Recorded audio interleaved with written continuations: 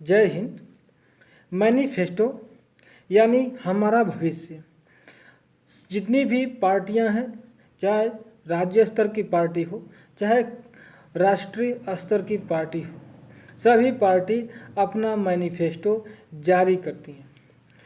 और क्या होता है मैनिफेस्टो?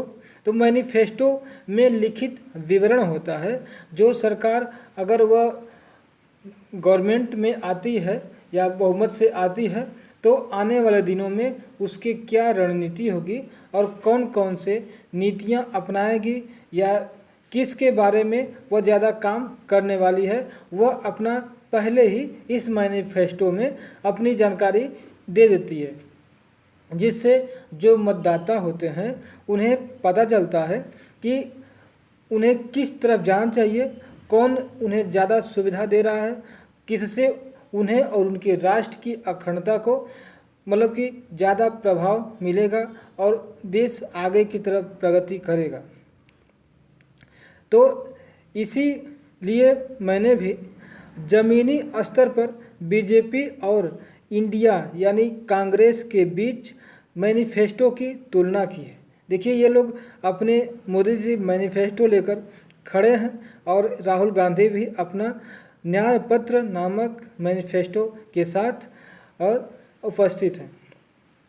बता दें कि ये जितनी भी ये मैनिफेस्टो या लिखित विवरण होता है वो बड़ा ही महत्वपूर्ण होता है। हर एक पार्टी वह चुनाव से पहले उसे जारी करती है, अपने लक्ष्य को भी निर्धारित करती है और यहाँ तक कि जितने भी बुद्धिजीवी होते हैं इसे पढ़कर निर्धारण करते हैं कि इस बार हमारे वोटर्स या सिटीजन्स किसको चुनने वाले हैं। तो आइए आगे बढ़ते हैं बिना देर किए और समझते हैं कि क्या क्या इसके बीच अंतर है और आपको इसे देखने के बाद ही आप खुद अपना वोट किसे देना है आप खुद तय करिएगा। तो हमने इस पूरी न्यूज़ या जानकारी को देखिए economictimes.com से हमने लिया है। यह एक प्रतिष्ठित भारतीय अखबार है। इसमें बीजेपी के संकल्प पत्र और कांग्रेस का न्याय पत्र के बीच तुलना दर्शाया गया है और इसी से संबंधित मैंने भी सारी जानकारी इकट्ठा करके आपके समक्ष प्रस्तुत करने का प्रयास किया है।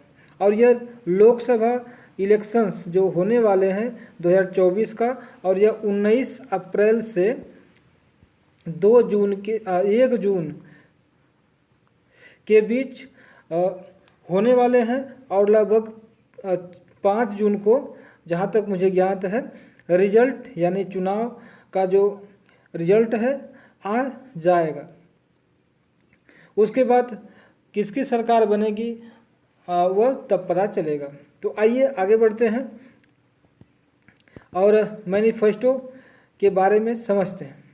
देखिए, यहाँ पे पहले ही बताया कि मैनिफेस्टो लेकर के अपने अपने ये लोग खड़े हैं और अपने जो वोटर्स हैं, सिटीजन्स हैं, उनको लुभाने के लिए तरह तरह के इसमें नए चीज़ें और नए बातों का भी इसमें समालेख किया गया है। तो आगे बढ़ते हैं।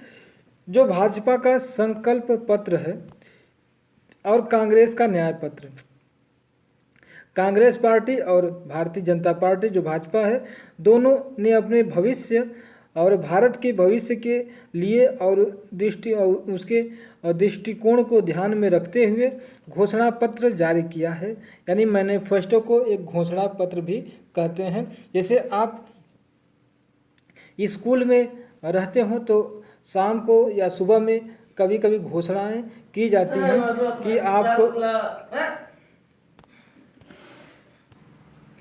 और मैंने पहले ही बताया बीजेपी का संकल्प पत्र है और जिसे उन्होंने अपना घोषणा पत्र कहा है, जबकि कांग्रेस ने अपना न्याय पत्र के नाम से अपना घोषणा पत्र पेश किया है। आइए समझते हैं इनकी क्या क्या घोषणाएं हैं। सबसे पहले बीजेपी की जो संकल्प पत्र है, ठीक है, और कांग्रेस का न्याय पत्र, इसमें घोषणाएं आप देख सकते हैं। तो घोषणा पत्र में भाजपा का क्या है, सबसे पहला इन्होंने जिस शीर्षक क्या है कि मोदी की गारंटी। भाजपा के संकल्प पत्र क्या घोषणा पत्र की जो शीर्षक है मोदी की गारंटी 4 स्तंभों पर टिकी हुई है। महिला, युवा, वंचित और किसान, इनके माध्यम से देश के विकास के लिए पार्टी की प्रतिबद्धता पर जोर दिया गया है।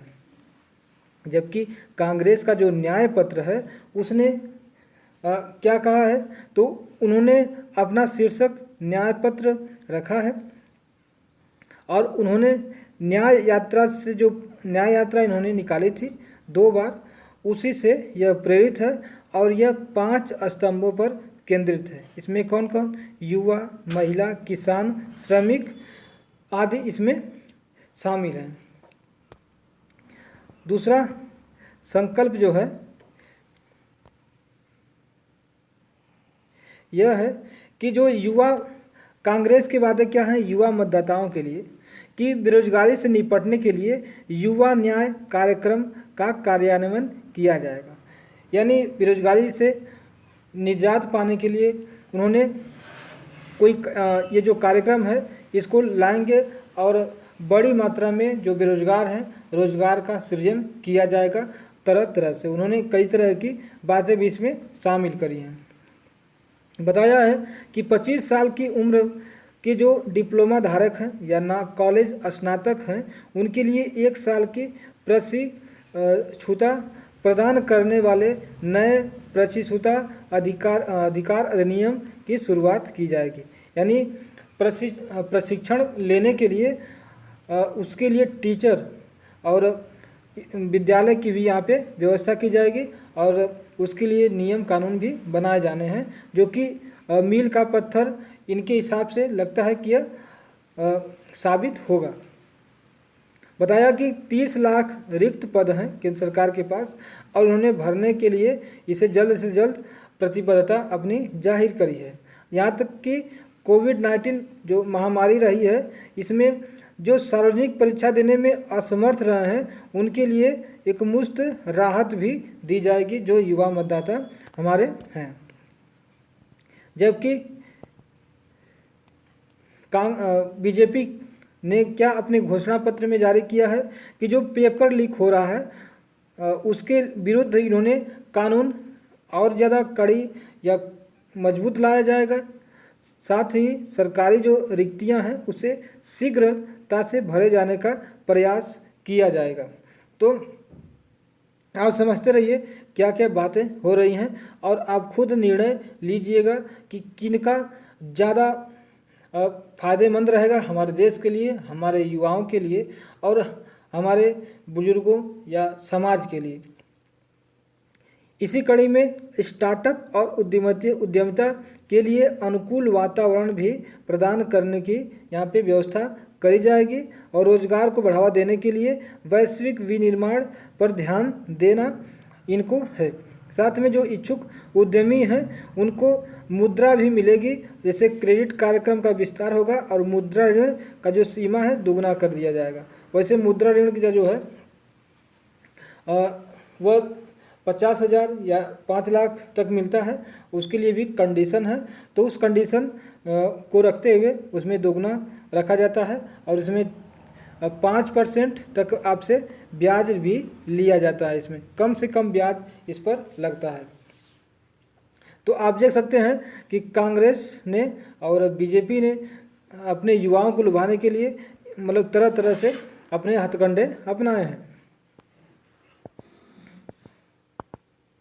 आगे की बढ़ते हैं तो वरिष्ठ नागरिकों के लिए भी कुछ घोषणाएं करी गई हैं। इसमें जो वरिष्ठ नागरिक हैं जो 70 साल से अधिक आयु के नागरिक हैं उनके लिए भाजपा ने वादा किया है कि वह आयुष्मान भारत योजना में क्या हो जाएंगे, शामिल हो जाएंगे।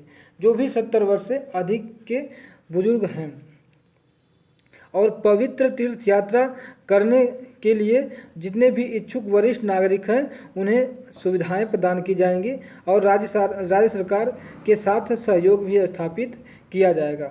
वैसे हिंदू धर्म में जो पवित्र स्थान है, स्थल है, वहाँ पर जाने के लिए आपको सुविधाएं प्रदान सरकार यहाँ से करेगी। साथ में जो मुस्लिम हैं उनको लिए भी हज जो यात्रा होती है सब्सिडी वगैरह प्रदान करी जाती है।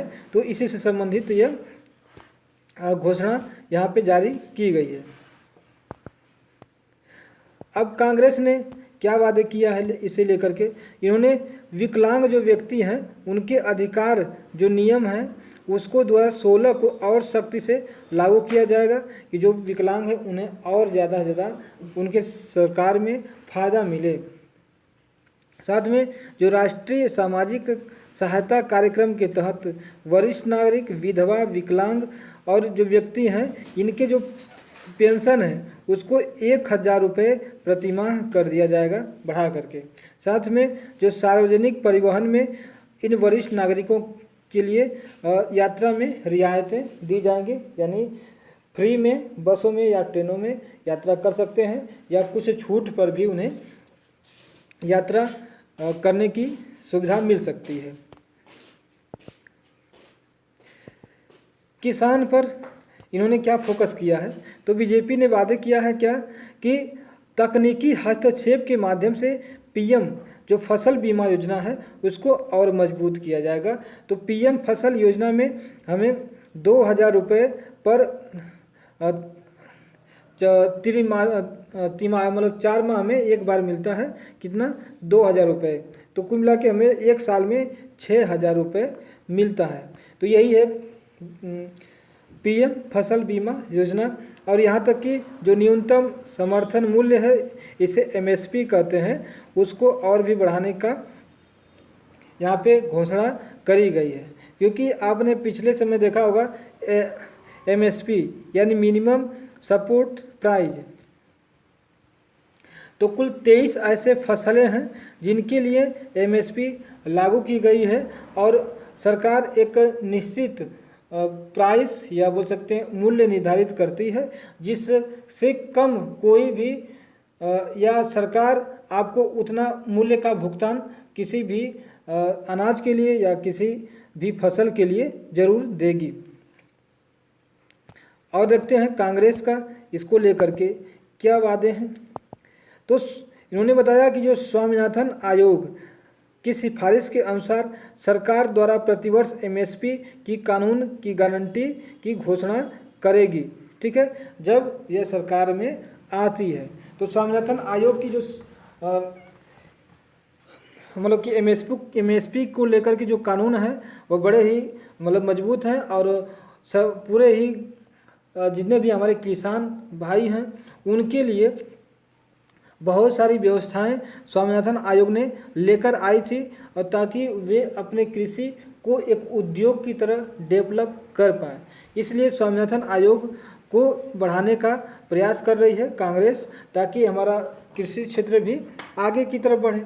साथ में कृषि ऋण आवश्यकताओं और ऋण सहनशीलता का आकलन करने के लिए कृषि पर वित्त पर एक अस्थायी आयोग भी किया जाएगा, यानी कृषि में जो भी वस्तुएं हैं उनका तेजी से मूल्य भी बढ़ता जा रहा है और जो भी गरीब तबके के हैं जो रोज़मर्रा के जीवन कमाते खाते हैं तो वे इन चीज़ों को खरीदने में असमर्थ हो जाते हैं, तो उनके लिए भी जो मूल्य है कीमत है उसे सीमित करने का प्रयास किया जाएगा। जैसे आपने अलाउद्दीन को पढ़ा था जिसने मूल्य नियंत्रण प्रणाली की भी स्थापना करी थी, जिससे कम मूल्य या कम वेतन दे करके सैनिकों को भी अच्छा से अच्छा उनका जीवन यापन करने में वह योगदान देता था। आगे की तरफ बढ़ते हैं और अगला जो वादा है कांग्रेस का उसे देखते हैं महिलाओं को लेकर के।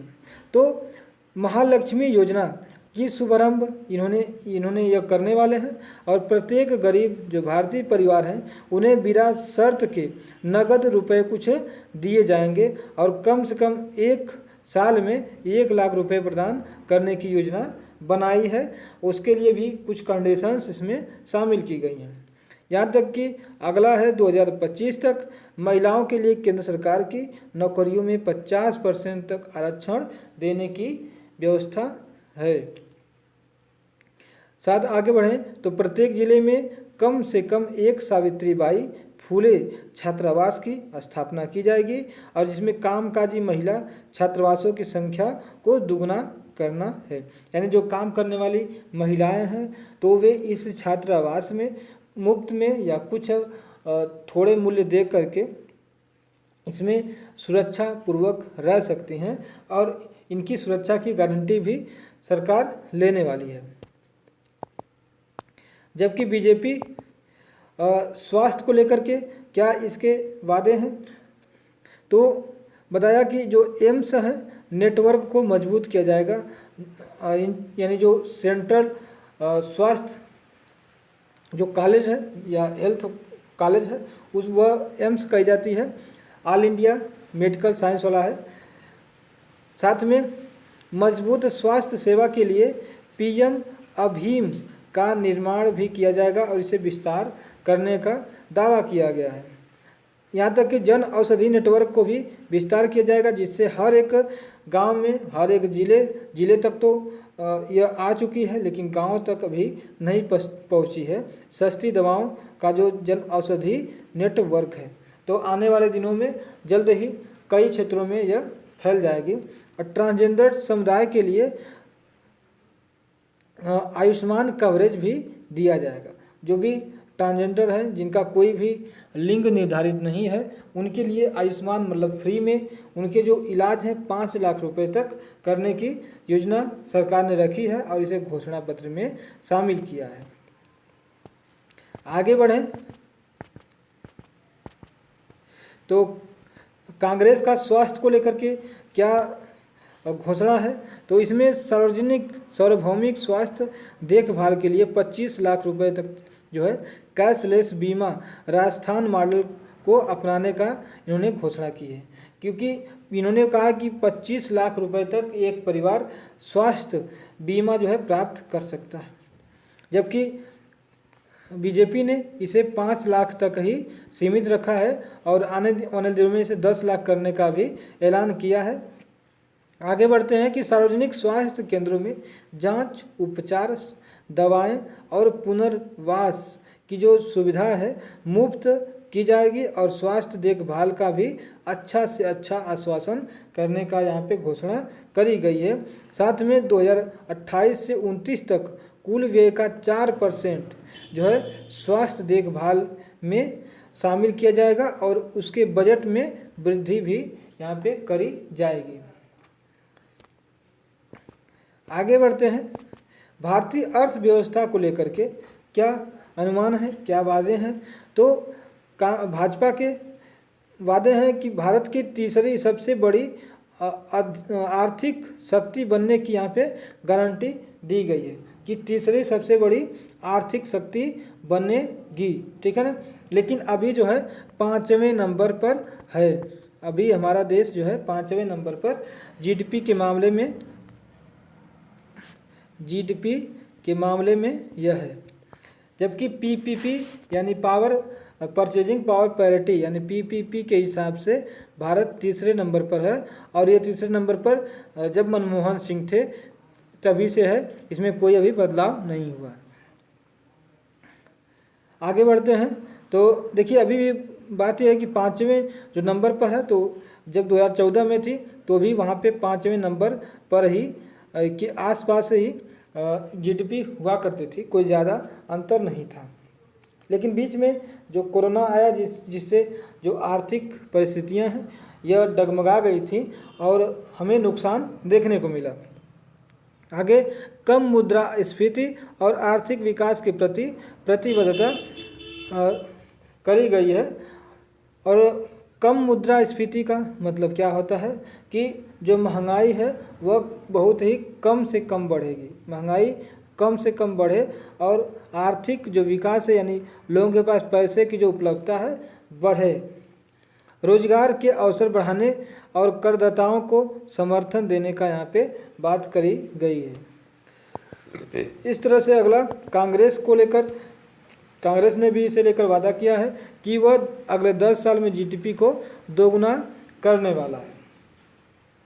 तो इस समय जो है 3 ट्रिलियन की हमारी जीडीपी है और ये 6 ट्रिलियन करने का प्रयास कर रहे हैं। ठीक है, यानी दोगुना करेंगे तो 6 ट्रिलियन हो जाएगा। गिग श्रमिक और असंगठित श्रमिकों के अधिकारों की रक्षा और सामाजिक सुरक्षा बढ़ाने के लिए भी कानून यहाँ पे बनाया जाएगा। मुक्त व्यापार यानी फ्री ट्रेड जो है, FTA फ्री ट्रेड जो है उन्होंने करने के लिए मुक्त व्यापार इसे कहते हैं, कुछ नियम बनाया जाएगा और अंतर्राष्ट्रीय वाणिज्य के लिए यहाँ पे समर्थन की बात करी गई है। आप समझ रहे होंगे क्या क्या हो रहा है। अगर आपको इसमें से जो भी समझ में नहीं आएगा आप ज़रूर इसे लिखिएगा। अगला है शिक्षा को लेकर के कि मौजूदा जो भी संस्थान हैं उसका उन्नयन किया जाएगा भाजपा के द्वारा। और राष्ट्रीय शिक्षा नीति जो नई आई है, कौन सी नई आई है, तो 5-3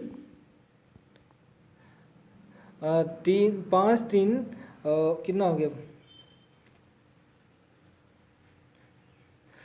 5-3 देखिए यही शायद है 5, यहाँ पे 2 हो जाएगा, 5-2-3 और यहाँ पे 4, यानी कि 5-3-8 और 2 साल पहले, ठीक है ना। तो यह इसकी नई शिक्षा नीति है, मतलब कि 5 साल तक बच्चा जो है 3 तक पढ़ेगा, फिर 2 साल और पढ़ेगा तो 5 तक पहुँचेगा, और फिर उसके बाद 3 साल तक 8 तक एक अलग तरीके से उसे शामिल किया गया है। और फिर जब 4 साल और पढ़ेगा यानी 9 से 12 के बीच, तो ये नई शिक्षा में कुछ नए परिवर्तन इसमें किए गए हैं। उच्च शिक्षा में उद्योग संरक्षित पाठ्यक्रम को शामिल किया जाएगा और कौशल विकास का यहाँ पे समावेश भी किया जाएगा। तो यहाँ पे 6ठी के बाद यानी 6ठी में ही आपको कोई न कोई टेक्निकल जानकारी यहाँ पे प्रदान की जाएगी, प्रैक्टिकल्स वगैरह इसमें सिलेबस में शामिल किए जाएंगे। तो इस तरीके से अपने देश को कौशल और उद्यमी बनाने का प्रयास यहाँ पे किया जा रहा है। कांग्रेस का इसके लेकर क्या वादा है कि जो भी सार्वजनिक स्कूल हैं उसमें कक्षा 1 से 12 तक के शिक्षा को अनिवार्य किया जाएगा और मुफ्त शिक्षा की व्यवस्था की जाएगी। यहाँ और राज्य सरकारों के परामर्श से राष्ट्रीय शिक्षा नीति का पुनरीक्षण और संशोधन उसमें किया जाएगा। तो जो राष्ट्रीय शिक्षा नीति नई वाली आई है उसमें इन्होंने ज़रूरत के हिसाब से संशोधन करने का घोषणा किए हैं। तो स्कूल और कॉलेज के जो पाठ्यक्रम है उसमें STEM विषयों पर जोर दिया जाएगा। STEM तो यह जो है सार्वभौमिक विषय हैं जिसे विश्व में सब विषयों का उपयोग जैसे मानसिक विकास के लिए ज़रूरी होता है, तो उस आधार पर ऐसे विषयों को भी इसमें शामिल करने का घोषणा की गई है। अब राष्ट्रीय सुरक्षा को लेकर के बीजेपी ने अधिक कुशल संचालन के लिए जो है सैन्य थिएटर कमांड की स्थापना करने का घोषणा कराई है और कहा है कि जहां भी सैन्य यानी इसे कोस्ट पर हुआ या पहाड़ों पर हुआ या अपने द्वीपों पर सैन्य थिएटर कमांड यानी इसमें तीनों सेना को एक साथ यहाँ पे रखा जाएगा और उसमें एक मेन या मुख्य अधिकारी होगा जो तीनों को हैंडल करेगा। यहाँ तक कि बुनियादी जो ढांचे हैं उसमें भी विकास में तेजी लाया जाएगा। जो सशस्त्र बल और केंद्रीय पुलिस बलों को आधुनिक हथियारों और प्रौद्योगिकी से लैस किया जाएगा। जो पुलिस बल हैं उनको भी आधुनिक हथियार भी मिलेगा ताकि जहाँ पर भी नक्सली या हमले हो रहे हैं तो उन्हें वहाँ से सुरक्षा मिले और उन क्षेत्रों को वो अच्छे से हैंडल भी कर सकें। अब आगे इसको लेकर के यानी राष्ट्रीय सुरक्षा के लिए कांग्रेस के क्या वादे हैं, तो इन्होंने कहा कि हम अग्निपथ योजना को समाप्त करेंगे। तो जिन्हें अग्निपथ की योजना समाप्त करानी है वह इसे ध्यान से देख लें जिन्हें इससे शिकायत है। और एक व्यापक राष्ट्रीय सुरक्षा नीति भी जारी की जाएगी। पारदर्शिता और सैन्य सहमति सुनिश्चित करने के लिए चीफ ऑफ डिफेंस STS की नियुक्ति की प्रक्रिया का संस्थाकरण कर दिया जाएगा। यानी CDS आपने नाम तो सुना ही होगा, तो पहले CDS कौन थे? विपिन रावत थे, जिनकी तमिलनाडु के नीलगिरी पर्वत के निचले हिस्से में ही दुर्घटना से मृत्यु हो जाती है, जिससे उनके पत्नी और अन्य साथी वगैरह भी मृत्यु यानी हो जाती है। तो उसे भी एक संस्था की तरह जो है इसे लिया जाएगा। और इस समय जो CDS है अनिल चौहान है। और जब संस्था की तरह लिया जाएगा तो वह बिल्कुल अब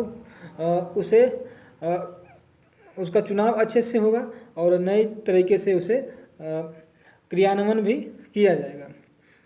UPA सरकार के जो आदेश के अनुसार 1 रैंक 1 पेंशन का कार्यान्वयन किया जाएगा। ठीक है ना। तो UPA सरकार ने भी आदेश पहले से किया है और आज भी यहाँ पे घोषणा कर रहा है। आगे बढ़ते हैं। तो पर्यावरण को लेकर के क्या घोषणा भाजपा ने की है? तो स्वच्छ वायु कार्यक्रम के लिए इन्होंने इच्छा जाहिर की है और वायु गुणवत्ता मानकों की उपलब्धि और रखरखाव के लिए इन्होंने चिंता जाहिर की। चरणबद्ध पहलों के माध्यम से नदियों की जो स्वास्थ्य है और स्वच्छता और प्रदूषण में भी यहाँ पे सुधार करने के लिए प्रतिबद्धता जाहिर की है। कांग्रेस ने भी वायु प्रदूषण को प्रभावी ढंग से निपटने के लिए NCP को मजबूत करेगी। तो NCAP जो है उसे नेशनल कंट्रोल एनवायरमेंटल पॉल्यूशंस, इसे क्या करेगा और अच्छे से मजबूत करेगा ताकि यह अपना कार्य और समय से और अच्छे ढंग से करे।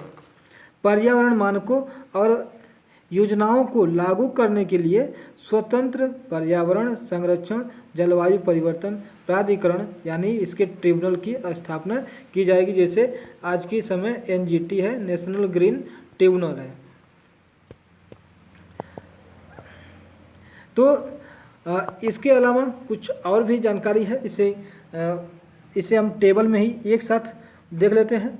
तो आइए आगे देखते हैं कि तुलनात्मक तरीके से तालिका आगे बताई गई है यहाँ पे।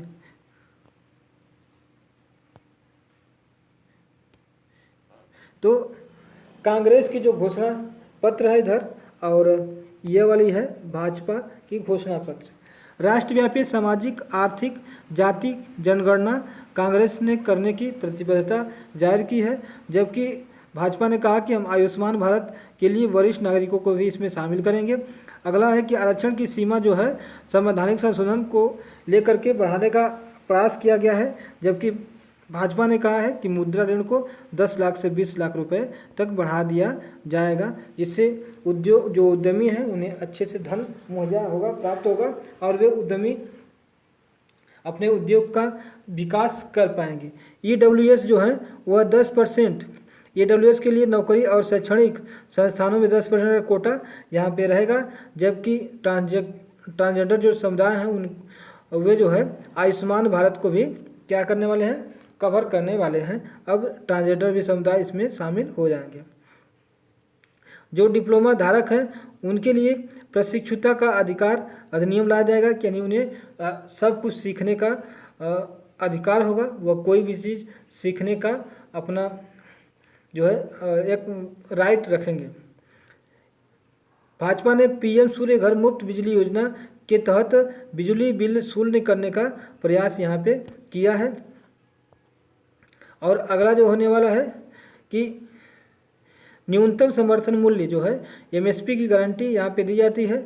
और भाजपा ने कहा कि जो मुफ्त राशन योजना है अगले 5 साल तक जारी रहेगी। या और कांग्रेस ने कहा कि जम्मू कश्मीर के जो राज्य का दर्जा है उसे बहाल जल्दी से जल्दी कर दिया जाएगा और राज्य का दर्जा दे दिया जाएगा।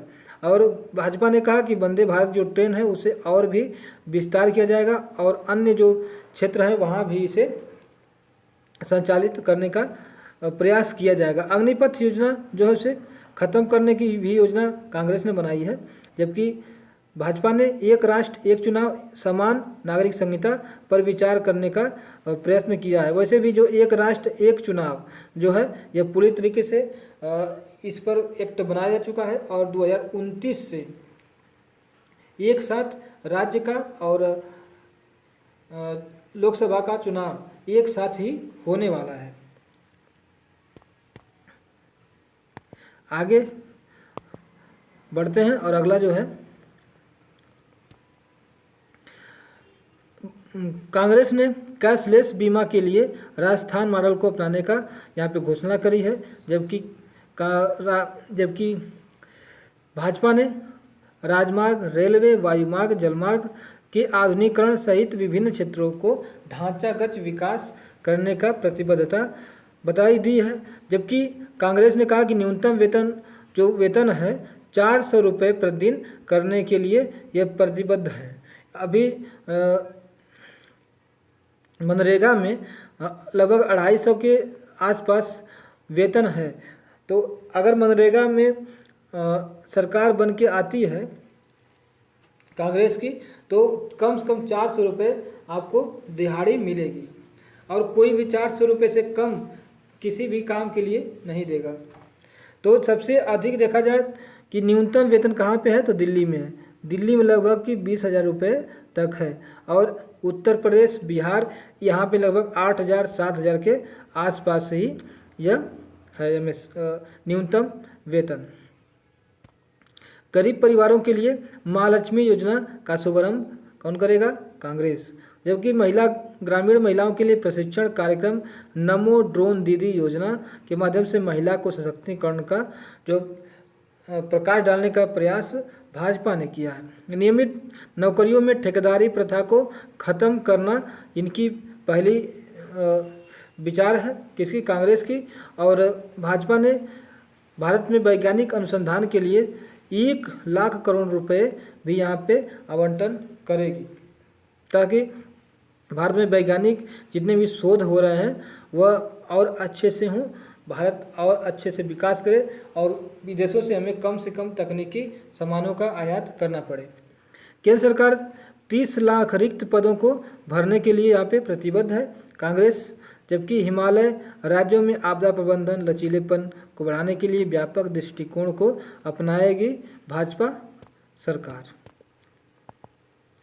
आगे की तरफ यहाँ बढ़ते हैं, तो भाजपा ने और भी कही है कि 3 करोड़ महिला को लखपति दीदी बनाने का इनका लक्ष्य है, और भर्ती परीक्षाओं में कदाचार को रोकने के लिए कानून भी यहाँ पे बनाए जाएंगे। फसलों में जो MSP है उसे भी वृद्धि करने का यहाँ पे इन्होंने लक्ष्य निर्धारित किया गया है।